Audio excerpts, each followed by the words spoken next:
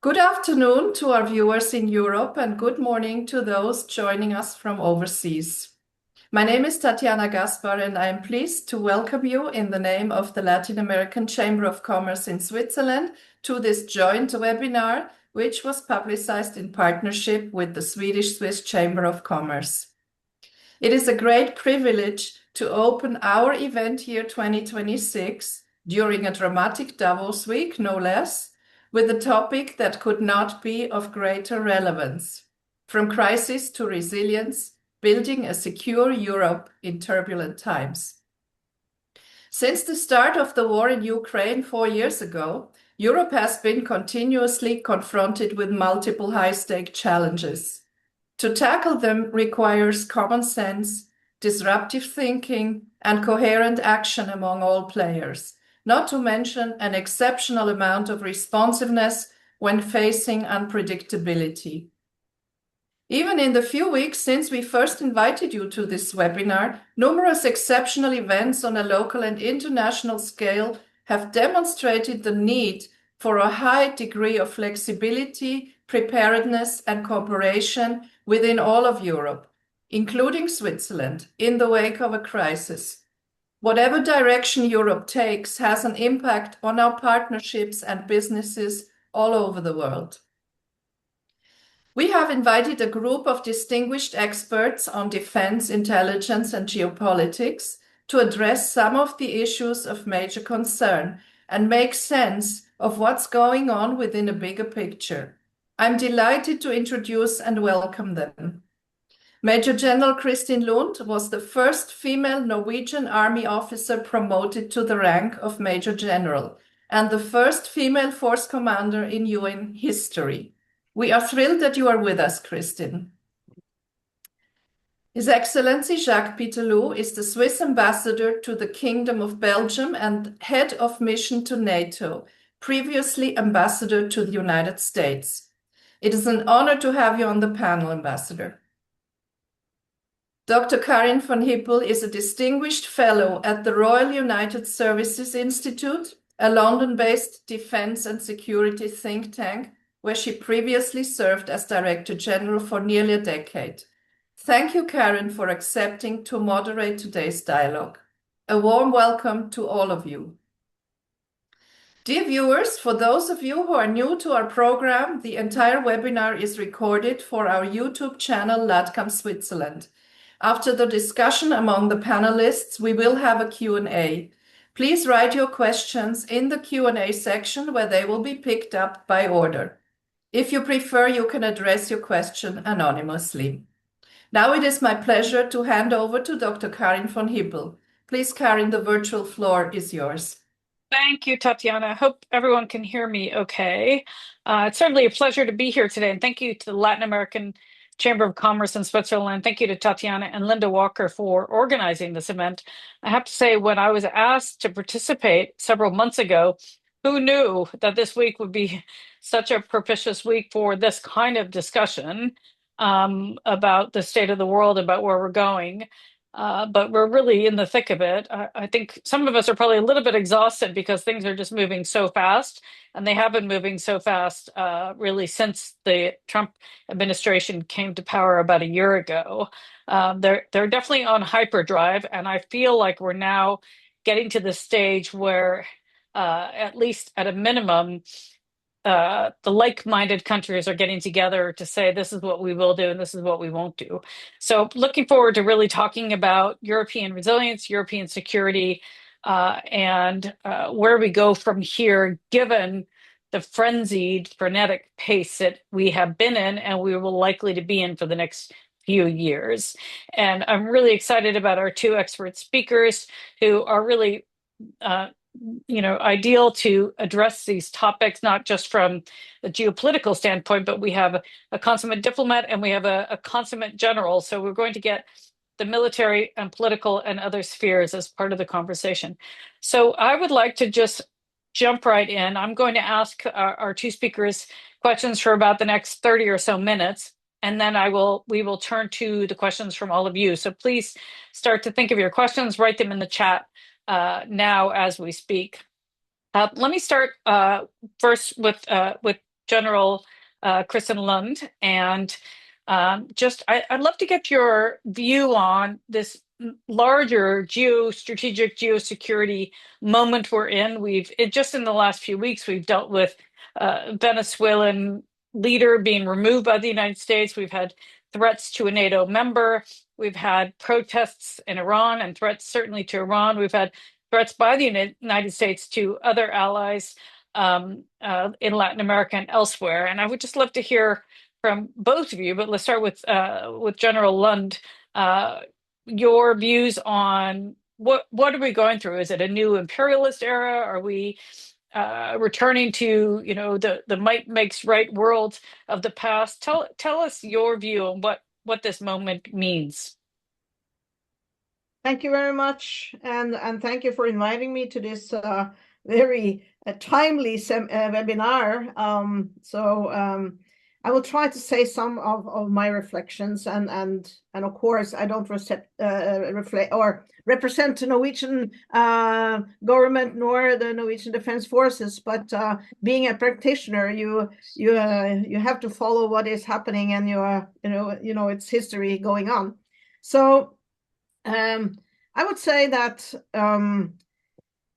coming from the military, in one way, I'm very happy in these days that I am coming there, because there's so much information. What should you believe? And I am quite sure that most of the European countries are very unsure what is happening, because of the backbone of one of the biggest organizations, secure or defense organizations, are we don't know what Trump would do next, and everybody knows that when you don't know what is coming, you are very insecure.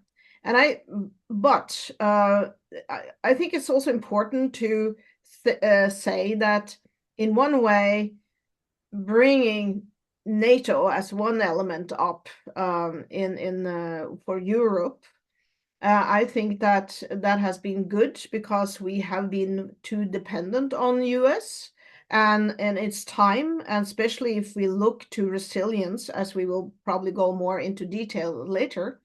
I think it's kind of a waking up for Europeans, and we say in the military, in a way, that if you will be as good as you are able to adapt to a situation. Now we have a new situation, and we need to adapt, and we need to do it fast, because things are moving fast. The only thing I think is good to know, that there is a lot of things that are going on as usual when it comes to the military part. And I'm not that afraid of the military day-to-day issues in Europe, because that works. But I'm much more afraid of what the countries see what they have to do. When you look to Ukraine, for example, are we prepared for this change, that we can not get all of those or all that support that we expected? We have to do much more ourselves, and we are not ready. And I dare to say that we are not ready to stand alone, and we should not stand alone. That's why we have NATO. In a way, we still need to depend on the US, maybe not in that amount that we have been doing, but we still have to, for security matters, I think it's vital. And but for me, I try to look at what is important, and there is, for me, that is coming from the military. When you go into the military, there's a lot. I mean, there's not pulling out of big exercises, for example. The US are attending, so are the rest. So I think that's also a sign that it's not that much up in now is all the big things issues. But what is also happening, I think that's also very dangerous, is that there are so many other conflicts that are around us that are now, we don't hear about them. And that's also very scary, because that will also have a big impact on Europe. Okay, great.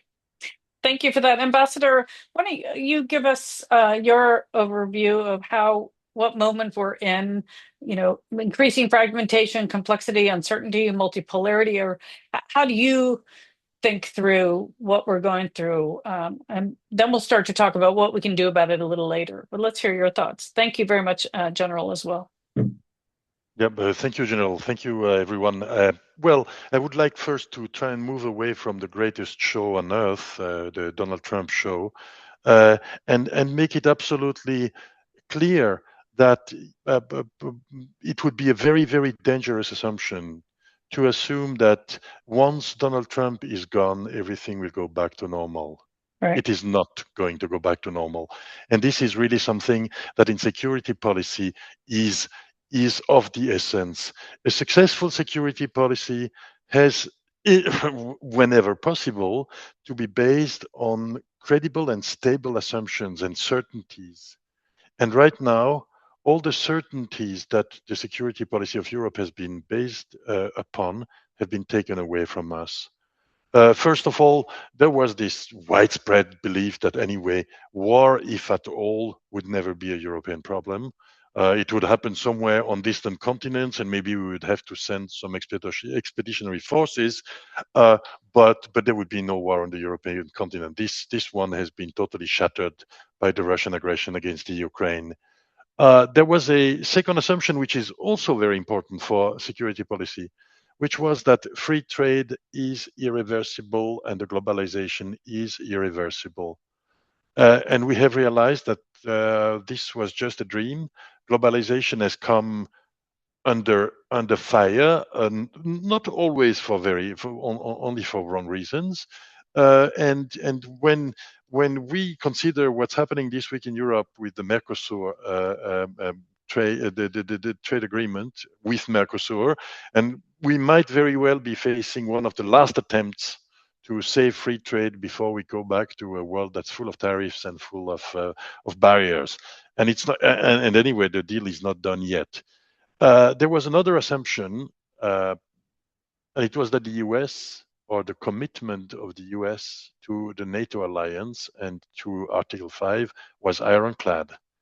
And there are increasingly doubts, and we should have had them a long time ago, because during his first term, President Trump had already expressed some doubts about the viability of Article 5. He was referring to Montenegro back then, but Montenegro is a member of NATO like everyone else, so he's another ally. So that was definitely another certainty that has gone away. And then, of course, there was this very European view that anyway, the US would keep paying for our security, because for many, many years, since 1992, since the first American president, Bill Clinton, said to the Europeans, listen, we won't pay forever, we kept dismissing it and saying, anyway, they will stay because it's in their interest. And we do realize that this one is not here to stay. So right now, we are probably in one of the most seminal and most dangerous moments for Europe's security policy since 1989, since the fall of the Soviet Union, or first of the Berlin Wall, because there are so many uncertainties. And in security policy, uncertainties do create unpredictability, and unpredictability is horribly dangerous. Unpredictability means that bad actors could misinterpret messages because they have not been clear enough, and then they could do very, very stupid things and suddenly realize that they had misunderstood. So right now, I think we're in for quite a rough ride. Thank you. Thank you. Thank you both for those introductions. We're certainly going through a challenging period. And I do feel, I don't know if both of you agree, but I do feel for the first time that the like-minded countries, and let's not just talk about Europe, I think the United Kingdom, Australia, South Korea, Japan, New Zealand, Canada, obviously, so sort of NATO plus countries minus the United States, are really feeling that changes in the air and that something needs to happen. I'm not entirely sure they felt that during Trump 1. I think there was a bit of, you know, we can't believe this is happening. I'm sure it'll change. But now I think people do get the message. And we certainly heard that at Davos with Prime Minister Mark Carney's speech. We heard it from President Macron. We heard it from Prime Minister Starmer in the UK. And Ursula von der Leyen in her speech just in the last few days. So it does feel like European countries are coming together, and European countries and friends are quietly behind the scenes really trying to figure out what do we do about this moment. Now, also, though, at the same time, as all of you know, Russia has been increasing its threats, in this whole hybrid space for some time. We've seen so much in the sub-threshold space. We've seen cyber attacks. We've seen drones interfering in airports. We've seen arson attacks on warehouses. We've seen cables being dragged up in the North Sea, the Baltic Sea, and elsewhere. We've seen interference and jamming of all sorts of our technology. We've seen murder, attempted murder. They're weaponizing migrants. There's been shadowing NATO vessels, incendiary devices on planes, etc. And I personally feel, and I would love to get both of your view, that I'm not sure we're doing enough to push back. I'm not sure we've coordinated as well as we should about how do we push back on this. And maybe this is one of our first tests, is how do we show a more unified front? How do we push back on Russia in a serious way? General, let me start with you on that one. What do you think? Oh, you're on mute. Sorry. I think you have some right thoughts there, and it's good now to see and hear that Europe are much more coherent and are standing up.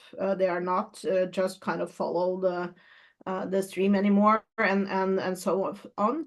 But I think it's still a long way to go. I mean, yes, policy-wise, they start to get together, but there are so many individual countries, and I think that is also very hard. That so far in Europe, I think it's within the EU, it's within NATO. There is a lot of protectionists, about industry, military industry or defense industry. There is a lot instead of now really going much more together, and I think that is what is needed.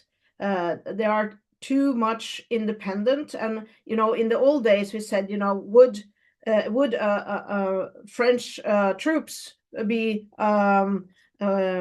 commanded by British, and vice versa, and we can just go to UN and see the difficulties, when it's really so. There is still a lot, I think, within Europe that needs to change.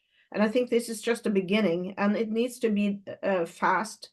And that, I'm quite sure we come more back to that, but it's unity, not only on the security policy, but it's much more going many layers down within, like when you are supporting another country, that is like plug and play.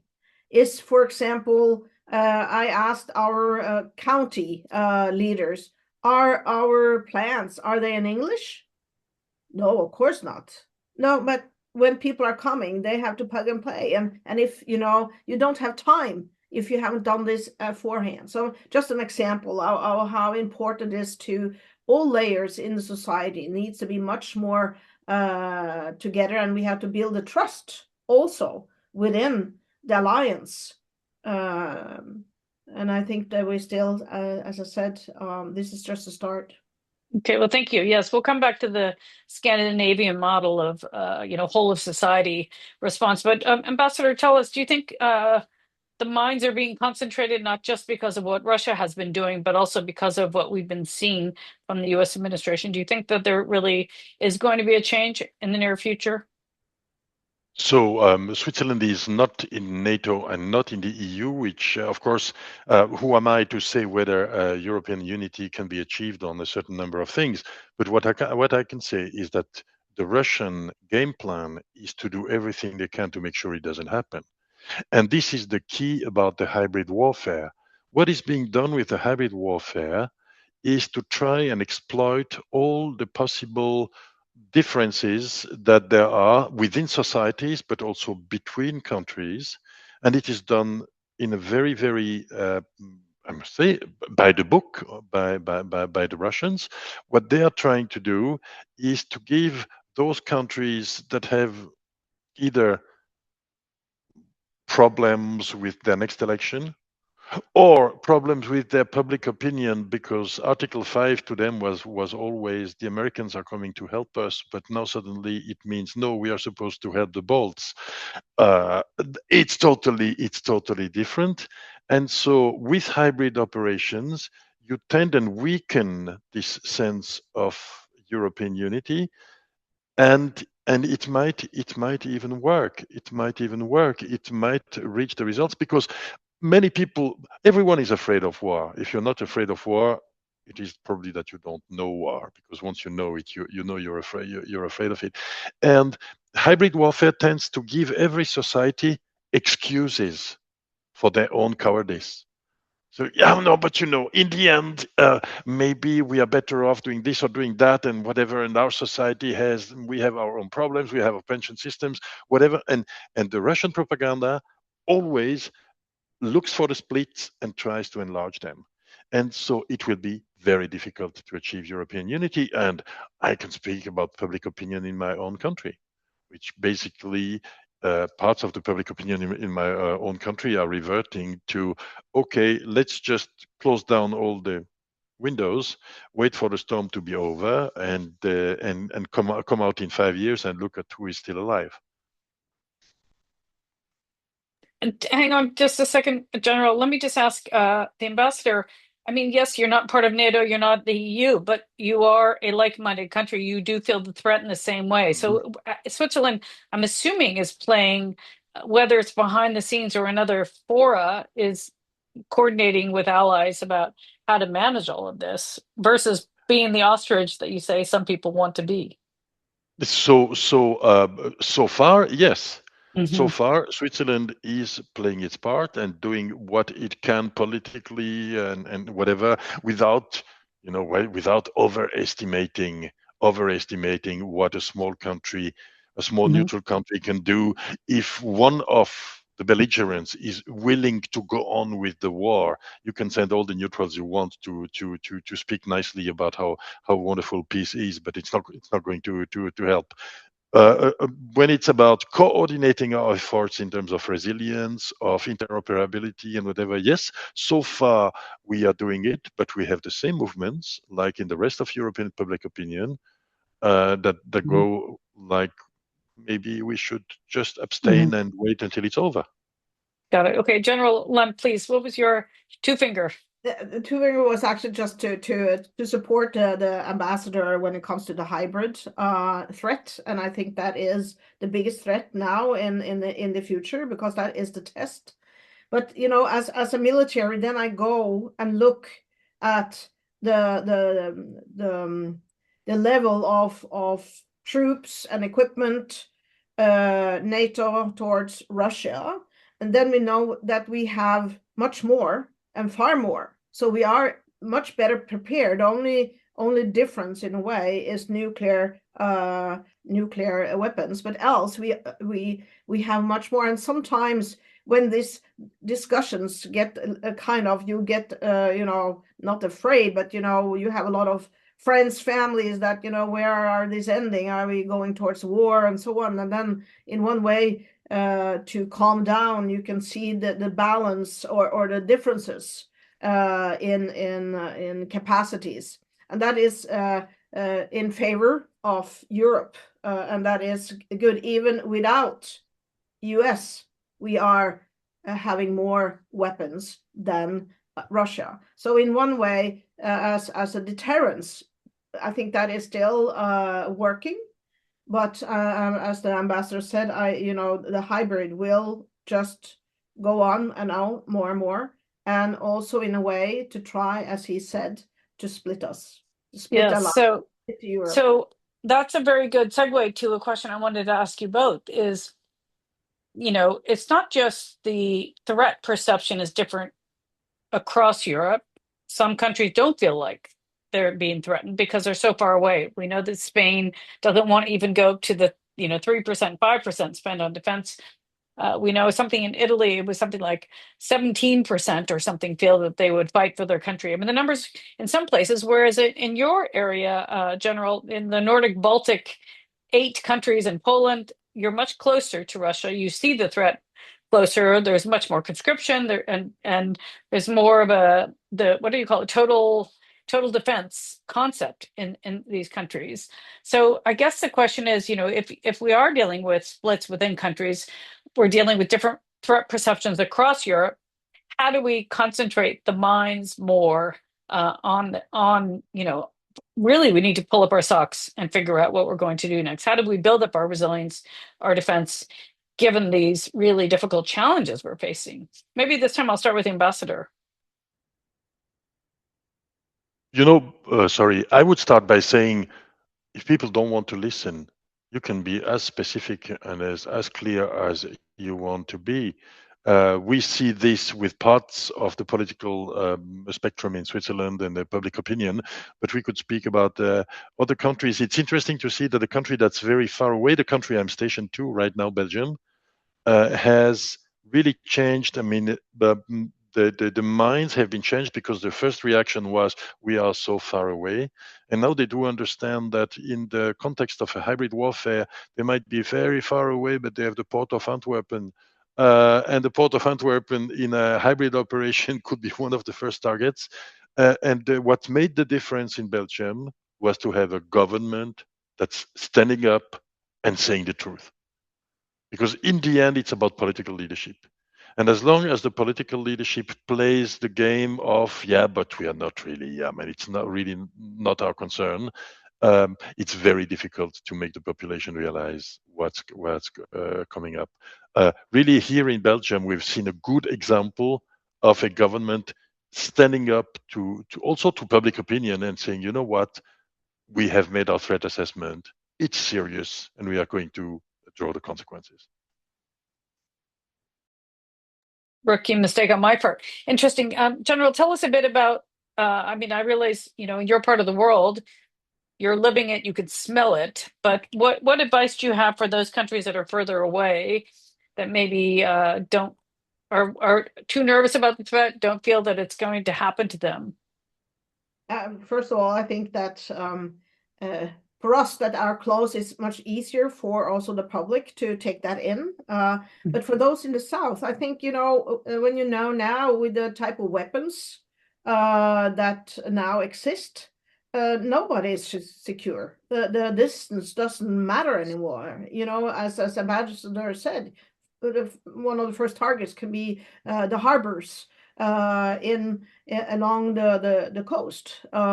So you should not be very you should really care, because it can hit from everywhere, and that's you can sit like people were sitting in Tampa and led the war in Afghanistan. You don't need the distance doesn't matter anymore. So I think that is the first thing that I really need to pay attention to. Up in the north, we really, for us, that when Sweden and Finland joined NATO, that was the best happening to us for many years, because we suddenly got a buffer, and our border to Russia was not as long anymore. And when you really see now, and we started to take away the borders between our countries and see how are we able to support each other. And there's a lot of work going on, and I'm really happy that our political governments have really seen this importance. The heads of the defense forces are really now into very close cooperation. It goes like, all, for example, road systems, railways, harbors, we know most likely if something's happening, we have to support. We have to be a supportive for Sweden and Finland. So it's kind of we really have to look at that. And then we have the Baltic states, and they really want. So now we see as a Nordic Baltic kind of cooperation that is amazing to see. And I'm so happy because last week I was in, no, it was this week actually. I was with a brief of the chief of the army, and when you see now what is happening, it's amazing. So that has really what is things that needs to change also within Europe is the way that you have to procure equipment. It has to go fast because you need expertise and so forth. And the equipment, in 5 years, it's too old because of technology are moving so fast. And then again, you have to ask, do every country need to have all capacities themselves? Or do we really have to go together more to make it cheaper? Because also the industry needs also to earn money. I mean, it's also a matter of surviving the society as such. So it's kind of complicated, but at least up in the north, we are on our way. Mm-hmm. I mean, I feel like, and this is the same challenge in the UK where I live as well, that it needs to be the public needs to be engaged about the threat, but about the opportunities. And on the opportunity side, investments in defense are actually investments in education, it's investments in high technology, it's education, it's innovation, it's research, and there's huge spillovers in society for that. So I'm not sure that the benefits are being spelled out as much. I think more of the publics are thinking, well, the reason we're doing this is only because Donald Trump is putting pressure on us to do this. And I think that, all of our governments maybe need to be thinking in a little bit more creative ways about how to explain the threat. I mean, I think both of you in Norway and in Switzerland, you both have reservists situation. I know the Swiss Army has that. So, in some countries, though, that don't have conscription, voluntary or not, it's harder perhaps for your average, person to understand it as well as you do when you join the military or when you do some sort of voluntary service for the country. And I wonder, is that an answer for more countries that don't have conscription to be thinking about it, like the Germans and the Danes and others are changing the way that they're doing this? Ambassador, maybe, do you have any thoughts on that? Yeah, Given that you probably still go to the mountains with your rifle, don't you? Well, actually, I was a battalion commander in the tank in a tank regiment. So I was more not really in the mountains. It's not so great for tanks. But no, now more seriously, I thank God every day that we didn't give up on conscription, because what I see all over Europe are generations, and not just generations of young people, generations of politicians, of decision makers who are security policy illiterates. They are illiterates because they didn't even have the slightest brush with military life, not even as a conscript, and and a few. And this is really something that is very difficult to reconstitute and to rebuild once people have got used to the idea that soldiers are people you pay to die for you. That is a difficult one. And if you look at how difficult it is, certain countries that had not given up too long ago, like Sweden and whatever, I'm not too worried. They will reintroduce, and they also feel the threat. But reintroducing conscription in Spain, reintroducing conscription in France, well, good luck. I mean, I don't think there are other ways, because if you look at the kind of military threat we are dealing with, we need mass armies, and you only get mass armies through conscription, except, of course, if you're the US and you are 340 million. That's different. You could argue Europe has more people than the US and could actually have a number of professionals that is similar, but it doesn't create the same kind of social bond between the armed forces and the population. What about General Lund? What do you think? Well, just numbers and military, in Europe is actually more than 4 million reserves. In the US, it's less than 1 million. So just to say that, and we in Norway, we have universal conscription. What is so good with that is that, in a way, even though we only use 30% of the youth, but everybody knows that they can be picked, so they go in and find out what is this, and just by doing that, we reach out to the youth that they may go to the military, and that makes them kind of curious. What is this? Why do I need to do that? So in that way, the population got information and getting know what this is all about. And I think the ones that we are getting in is very aware that, now it's a hard time, especially if they go up to the border to Russia. They really know that they are the first barrier, in a way, if something comes. So in the traditional way.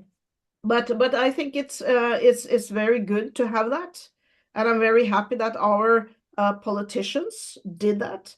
That was actually because of gender and equal opportunities, that also the women had to take a part as of the defense of our country. And I think that is good. That is also, somebody said, there's the back side of the coin. When you want to have equal rights, then you also have the equal opportunities, but also the obligations.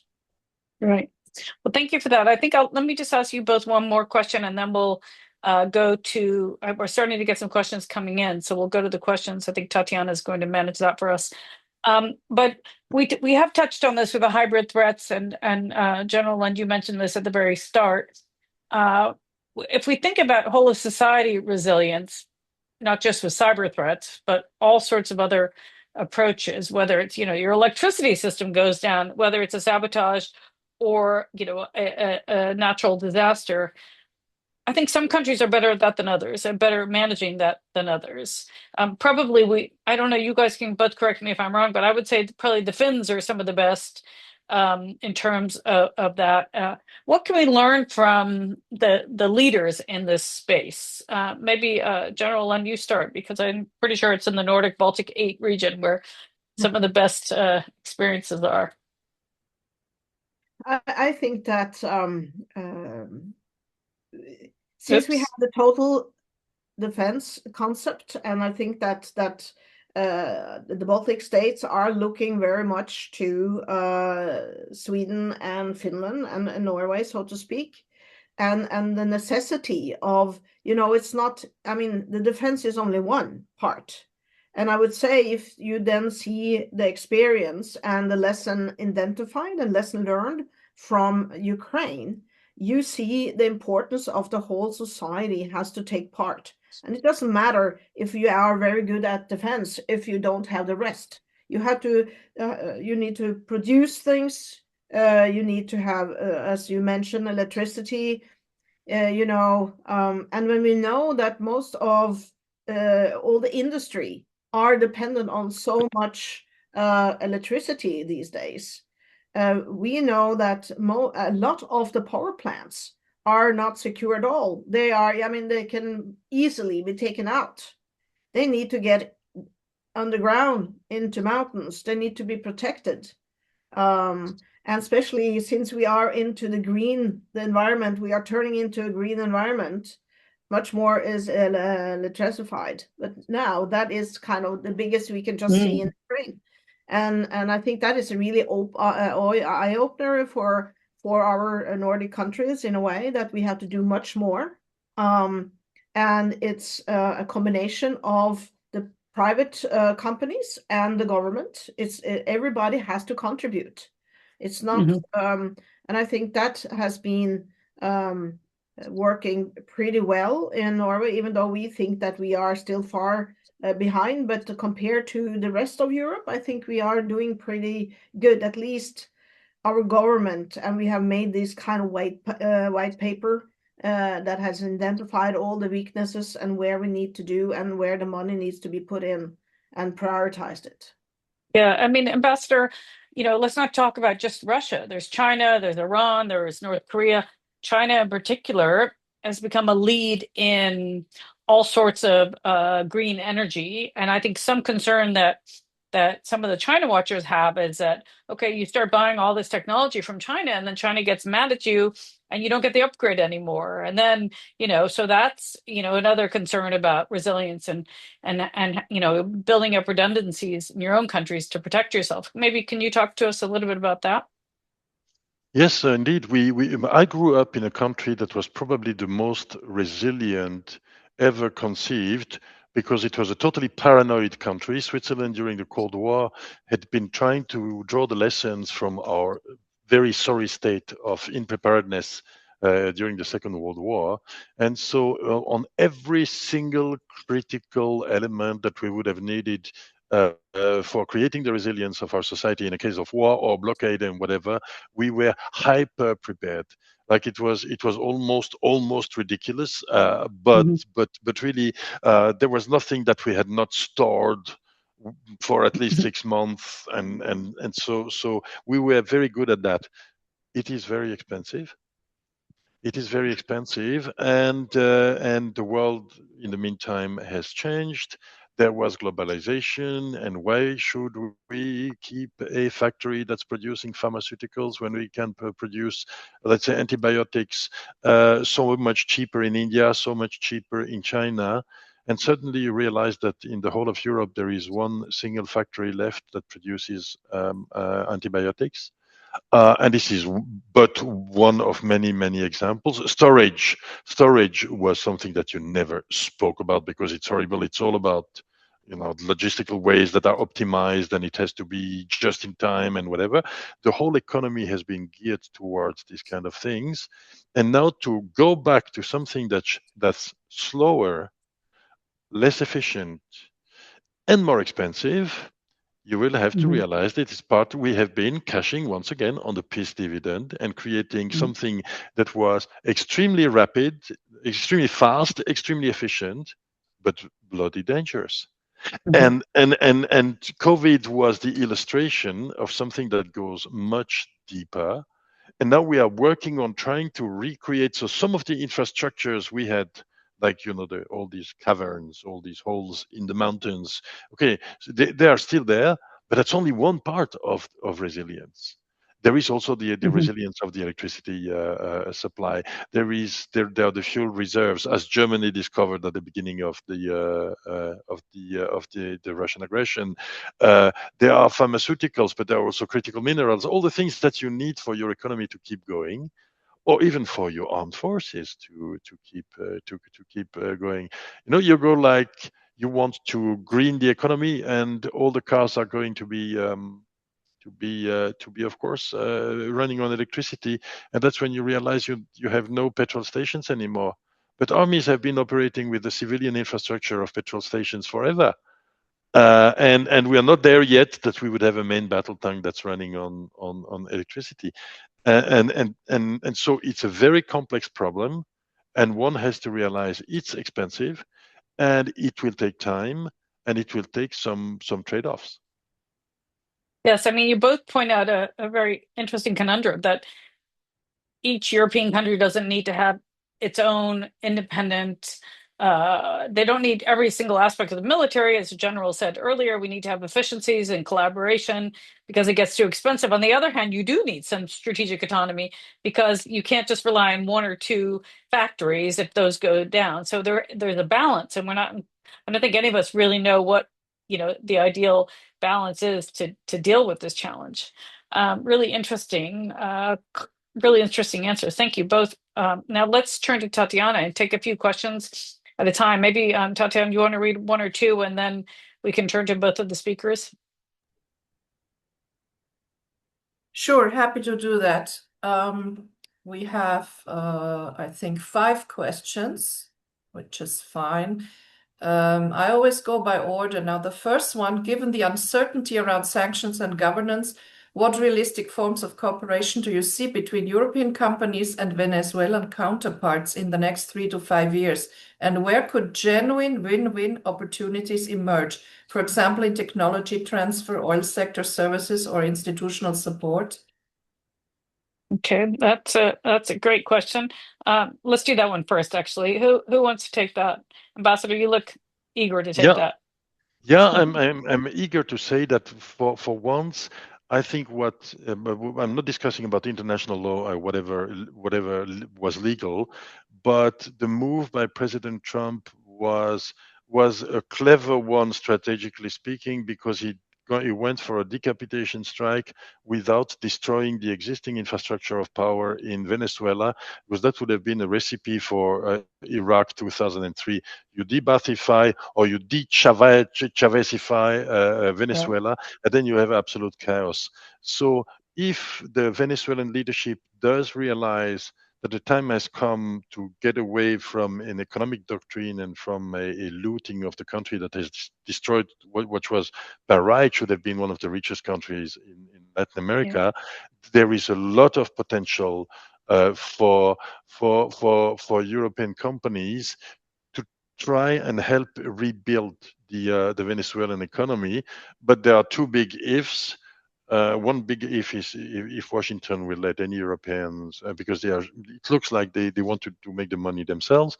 And secondly, if the leadership in Venezuela does realize that, okay, the time has come now to, because they are next if they don't do what they're supposed to do. And these are two big ifs. These are two big ifs. Right. What's not on the program right now, unfortunately, I have to say, but what's not on the program, obviously, is a democratization of Venezuela. Right. That's not on the program. But there is a lot that could be done to improve the lot of a Venezuelan population that has been suffering like no other Latin American population in the past 20 years. Yes, that's correct. We don't know what the plan is because the Americans haven't said that. So are they just planning on leaving in, the rump and the rest of the government? I mean, you're right. It was smart not to take everybody out. It's not just Iraq, but we saw that in Panama in 1989 with looting. We saw that in Kosovo when a bunch of us went in just after the NATO bombing. So it is important to manage that. But it's not clear to me either that the Trump administration has a plan to democratize and to hold elections, etc. General, do you want to wait for the next question for you? Or do you want to respond to this as well? Just very short. I think it's also a very dangerous way, exactly because it was not you knew something was happening, but it was, done by US themselves. And I think in one way, if other big nations see that they can do this because somebody else is doing it, I think we are also coming in a way if we accept it. Yes, it was a good thing for the Venezuelan people if the country will turn to be more democratic, but that is not the way Trump is turning. I mean, he is so it's I must say that I'm not very I'm very reluctant, so to speak, I must say, and I don't know if that is the way to go forward, even though we wanted to change the process there. Yes, thank you for that. Okay, great. Tatiana, please. Well, the next question is to Ambassador Pitteloud. You mentioned the approach of the Belgian government. What are some of the specific ways that recent geopolitical events have influenced the Swiss approach to NATO, the defense of Europe, and its relations to the EU? Many thanks for an interesting debate. That is a very difficult question because NATO, Belgium is an ally and one of the original members of NATO, and so for them anyway, the obligation that was decided in the last NATO summit, the 3.5 plus 1.5%, was something that Belgium as a country had subscribed to. So now it's about explaining it to your people. And you can on one hand choose the way and say we are doing it just because Donald Trump forces us to, or you say actually Donald Trump is right on the necessity for Europe to invest again in its and the Belgian government decided to go the second path, and not to play the victim, and not to say, oh, we were just, we are sorry, it's just because Trump wants us to do it. And they assumed a leadership position, which was really something that I have to commend. It's impressive. It's impressive. It would be infinitely more difficult in a country like Switzerland, where first of all we have a coalition government. We always had a coalition government, so you always have to look for the consensus. And secondly, there is no way that you have an obligation to spend more than whatever you've been spending so far. So, but I would wish it would be possible in my country for the government to stand up, have a press conference, and say, this is our analysis of the threat, and this is what we're going to do. But not very realistic, I'm afraid. Thank you. Yeah, thank you. General Lund, did you want to have any comment on that? No, okay, good. Tatiana, please, thank you. Let's take the next one. Good. I would like to have an opinion regarding the position of NATO in words of Mr. Mark Rutte and President Trump regarding that there will be an agreement for Greenland conduction in future, that it will benefit to USA and EU countries. Yeah, it's a good question. And I think there's still not a lot of clarity, is there, about what actually, is it the Cyprus model with some parts of Greenland given over American sovereignty? Or General Lund, do you want to start? What do you know? What have you heard? Well, first of all, I mean, the people of Greenland has not been involved, very much. So that is something between Rutte and Trump. But, maybe they made a framework, but I think it will be difficult because there's something I don't understand in a way, that since US have had, at least 17 possibility bases on Greenland. So why didn't they just, start it up? And, the Cyprus model, for me, being at Cyprus there for some years, that was land that was never given away when the British gave Cyprus back to the Cypriots in 1960. So they just kept areas important because they are eyes and ears to the Middle East. So, but to be honest, I think that is this is just a beginning. And I hope that because it should be in a way you have to look at the whole Arctic and not only Greenland. And I think that's important to see what and it has, I mean, he started with, minerals and different things, and it ended up in a way, and I'm happy for that as a defense. And if that dome will be put up there, it's good for everybody. But you don't need to own the land for doing this. So I think that is also what the Greenland people does not understand, and they don't want to give away their land, and that is very understandable. Yeah, I mean, it doesn't make sense to me because Trump doesn't own every NATO country, but yet he's committed to protecting them all too, right? Yeah. But Ambassador, did you have any thoughts on that? Well, first of all, I don't think there has been any deal at all. And that gives me the opportunity to praise, almost in Trump style, but to praise the Secretary General of NATO, Mark Rutte, because this guy has been doing his utmost and quite often swallowing his pride in a way that's not normal for someone who is an alpha animal. He was a prime minister, and swallowing his pride the way he did to try and keep the alliance together, I have to say, is an incredible example both of diplomacy and of personal courage. That said, I don't think there is a deal, and we have no indication that there is a deal. There is a coming back from the brink. There is there are lines of negotiations that have been defined that might probably go towards a re-expansion of military presence in the US, in Greenland, which they could have had anyway because they had the 1951 treaty. So they didn't need any new deal. Right.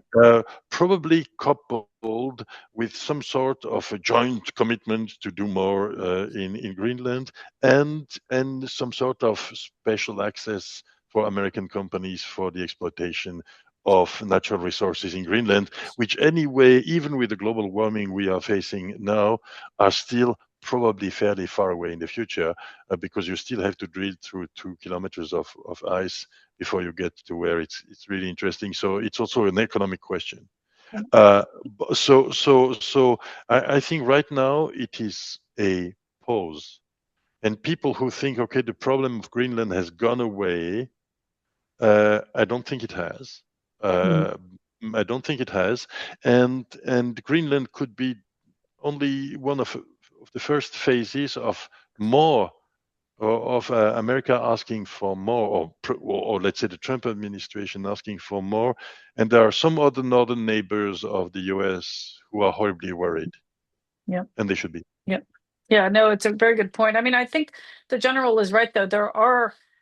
There's still a lot of work to do on Arctic security, right? Especially to deal with the threats posed by Russia and China in the Arctic. And perhaps if this ends up getting the minds much more focused on next steps, how to manage even the Arctic Council without Russia playing the active role that it has in the past. I mean, that would be important, and it needs to happen as well. But we don't know where this is going, and I'm not entirely sure there is this, chess game being played out. Trump is much more of a instinctual thinker than a long-term strategic thinker for issues like this. But Tatiana, do we have time for maybe one more quick question? We definitely have time. If you are not in a rush, we can go over the hour. That is not a problem. President Trump has undertaken major efforts during the past year to seek peace between Russia and Ukraine without succeeding. In his speech at Davos, President Trump indicated that the Russia-Ukraine war is a European war. Is it not time now for Europe to take over diplomacy to seek a peace treaty with Ukraine and Russia? Okay, here we go. Who wants to start? Maybe General Lund, do you want to start with that one? I'm sure you both have very strong opinions on this. I suppose if you were able to say and find that out, you would probably get a Nobel Peace Prize. But I think that the thing is that Trump, Putin, he listened to Trump, and so far he has not been listening very much to Europe. But Europe need to be at that table. Because it involves us. And I think that is the most important. You cannot have talks or discussions without the ones that are involved are at the table. And of course, Europe are afraid, of course, to do too much because they don't want to, because it can tip into a war with the whole Europe. And we are not. So I think that they should be involved, and the problem is sometimes you wonder what do Putin have on Trump, because it seems like every time he has been talking to Putin, then he comes and do something and say something else to Europeans and Zelensky, and it's always who have been talking to him the last.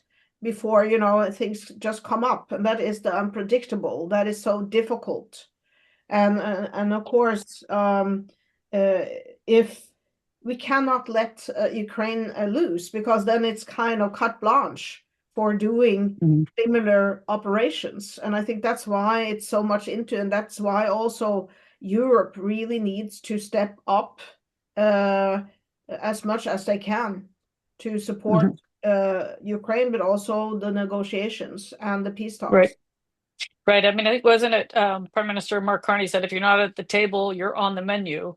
And so, yeah. Ambassador, do you have any final thoughts about the Ukraine negotiations? Well, I'm afraid I do. Yes, it takes two to tango.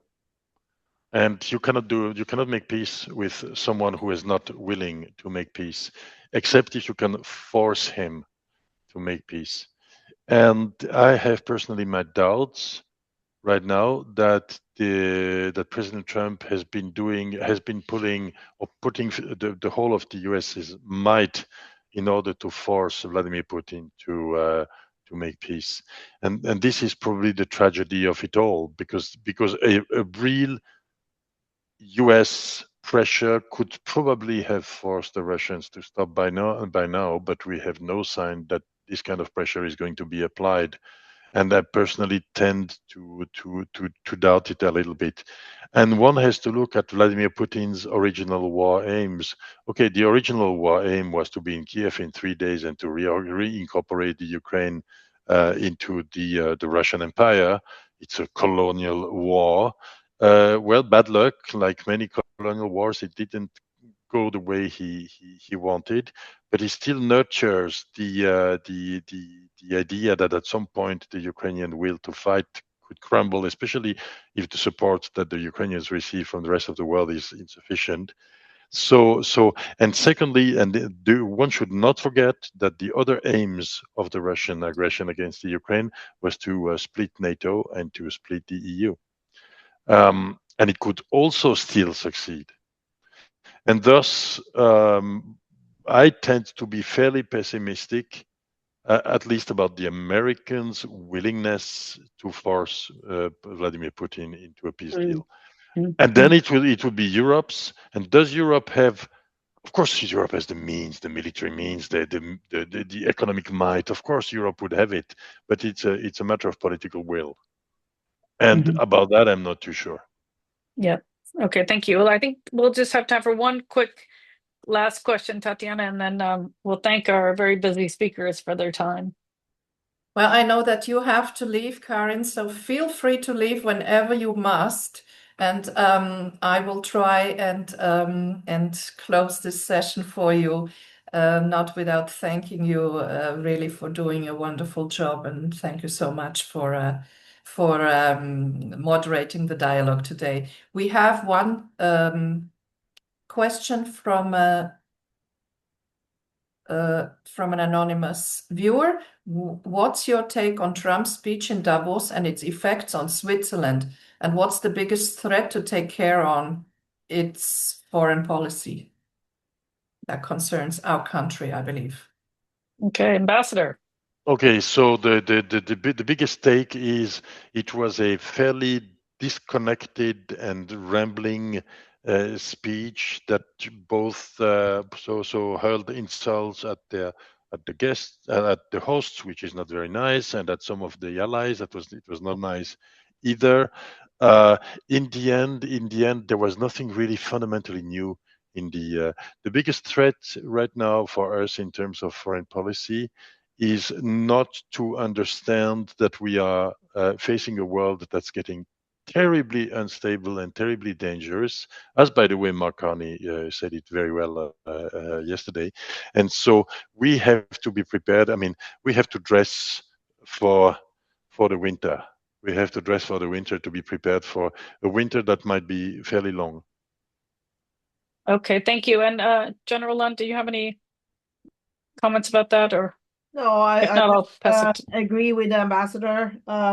And you learn in a way when it comes to leadership that when you have a speech, if it's too long, people will not listen to you. And I think that's an example that it's if it had been shorter, straight to the point, not jumping from here to there, people will probably have listened much more.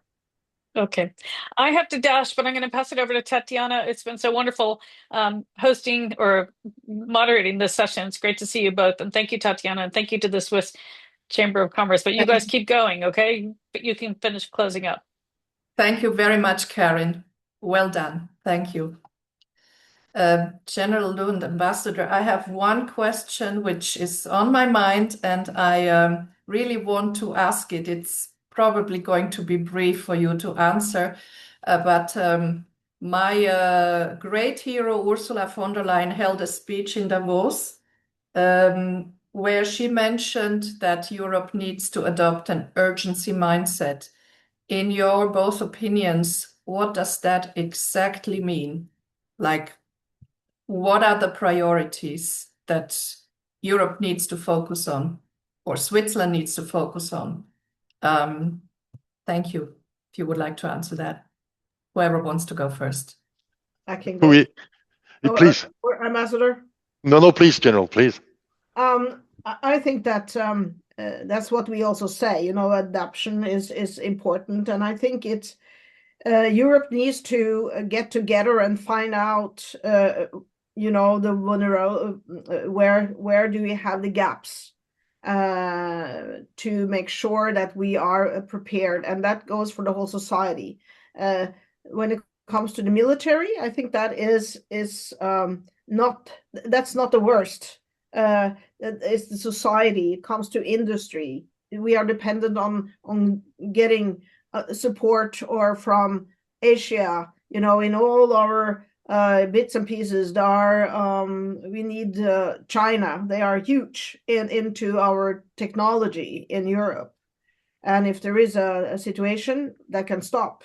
And we are not making that ourselves. So there's a lot of things that they need to now find out. Where's the biggest gap?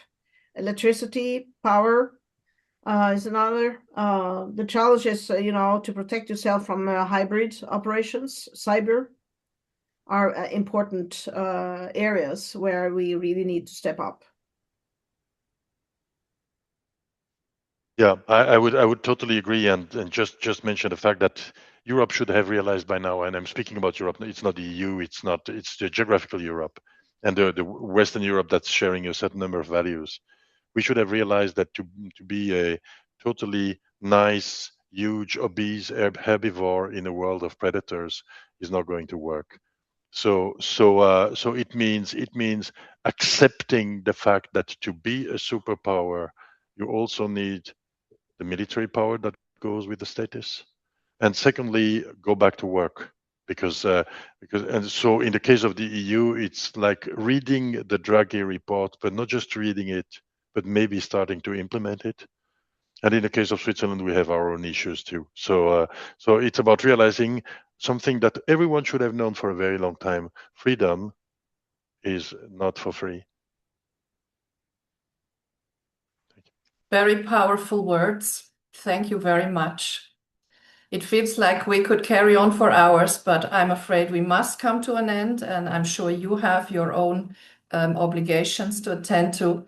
I want to thank our panelists, Major General Kristin Lund, Ambassador Jacques Pitteloud, and our moderator, Dr. Karin von Hippel, for this engaged and profound and passionate discussion, assessing and putting a framework to a highly complex geopolitical situation. It has been a true honor and a tremendous pleasure to have you with us today. Many thanks to the Swedish-Swiss Chamber of Commerce for their partnership and for sharing this webinar among their community. Dear viewers, thank you for joining us on this occasion once more. I trust that you could appreciate the discussion and get some great added value out of it. As mentioned before, the recording will be uploaded later to our YouTube channel, LATCAM Switzerland. I hope to see you again on the next occasion very soon. Till then, all the best, be safe, and goodbye. Thank you very much. Thank you so much. All the best. Take care.